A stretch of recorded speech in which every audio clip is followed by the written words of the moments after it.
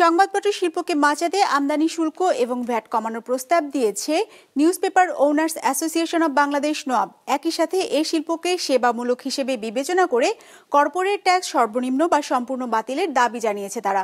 রোববার জাতীয় রাজস্ব ভবনে আয়োজিত প্রাক বাজেট আলোচনায় এসব প্রস্তাব তুলে ধরা হয় সংগঠনটির পক্ষ থেকে। 250-টিরও বেশি ডিজাইন অপশন নিয়ে ওয়ালটন স্মার্ট ফ্রিজ, বোঝে আপনার প্রয়োজন। করোনার সময় থেকেই চাহিদা কমতে থাকে ছাপানো পত্রিকার, বাড়তে থাকে ডিজিটাল সংবাদ মাধ্যমের কাটতি, যার প্রভাবে কমতে থাকে এই শিল্পের ব্যবসা। সেই সাথে ডলারের বিপরীতে টাকার অবমূল্যায়নের কারণে $600 নিচে থাকা প্রতি টন নিউজ প্রিন্টের আমদানি খরচ পৌঁছেছে 700-তে। একই সাথে বেড়েছে এই শিল্পের অন্যান্য পণ্য আমদানি খরচও।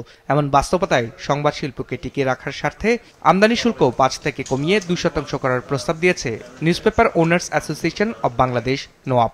অপ্রতিরোধ্য অগ্রগতি যেমনভাবে সংবাদপত্র শিল্পকে বিরূপ পরিস্থিতির মুখোমুখি করেছে, অন্যদিকে বিভিন্ন শুল্ক, ভ্যাট, কর্পোরেট ট্যাক্স এই শিল্পের বিকাশে বাধা হয়ে দাঁড়িয়েছে। নোয়াবের প্রস্তাব নিউজ প্রিন্টের আমদানি শুল্ক 2% করা হোক।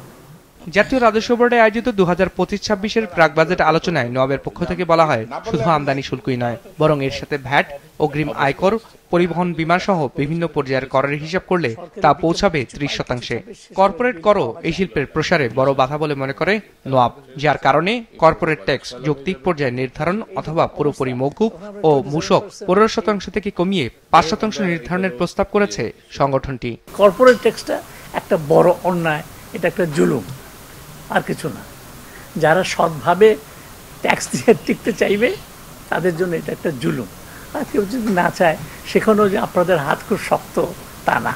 মিনিমাম যেটা সেটা আপনারা দিচ্ছেন, যদি আপনার ইনকাম কম হয় ওইটুকুর মধ্যে আপনি 25 বা 27 দিলেন, তাও কি সমস্ত খরচ বাদ দিয়ে।